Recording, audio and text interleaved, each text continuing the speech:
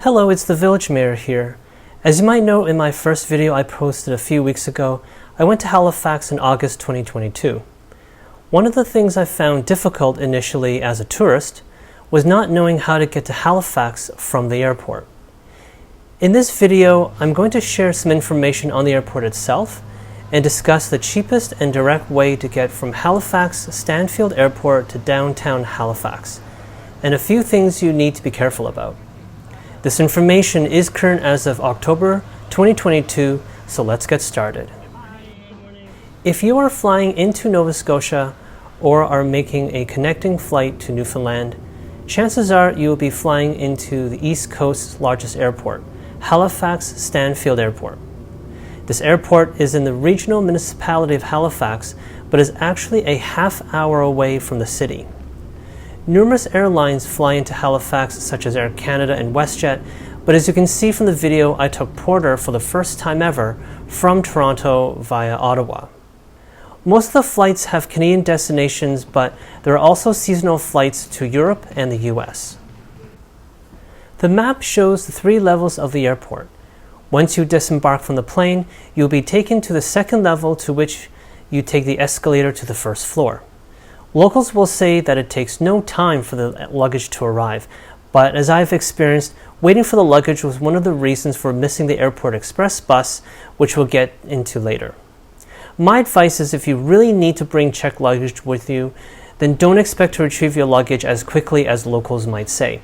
And don't assume you will catch the first bus you see in the schedule. If you have lots of time to spare, there are a couple of things that you can actually do at the airport. One of which is to visit the Clearwater store, where you can buy fresh lobster. People buy lobster which you can bring on board domestically, or you can have your first fixings of lobster before you even leave the airport. There are several ways to get to downtown Halifax, including taxi and private bus service. Public transit is the cheapest, but there are numerous detours throughout the business park and a carpool lot in the middle of nowhere, which does make the trip a little bit tedious. But it does get to downtown Halifax. For such a busy airport, the number of buses that run between the airport and Halifax is surprisingly few. On weekdays, buses come once every half hour, and on weekends, once every hour. My experience last October was when I arrived in Nova Scotia on a weekend and had just missed the bus. It was a brutal wait, given nothing was open at the time due to the pandemic. So when you run into that problem, you may not have a choice but to wait. As you can see, the fare is fairly reasonable, so there is some give and take in this situation.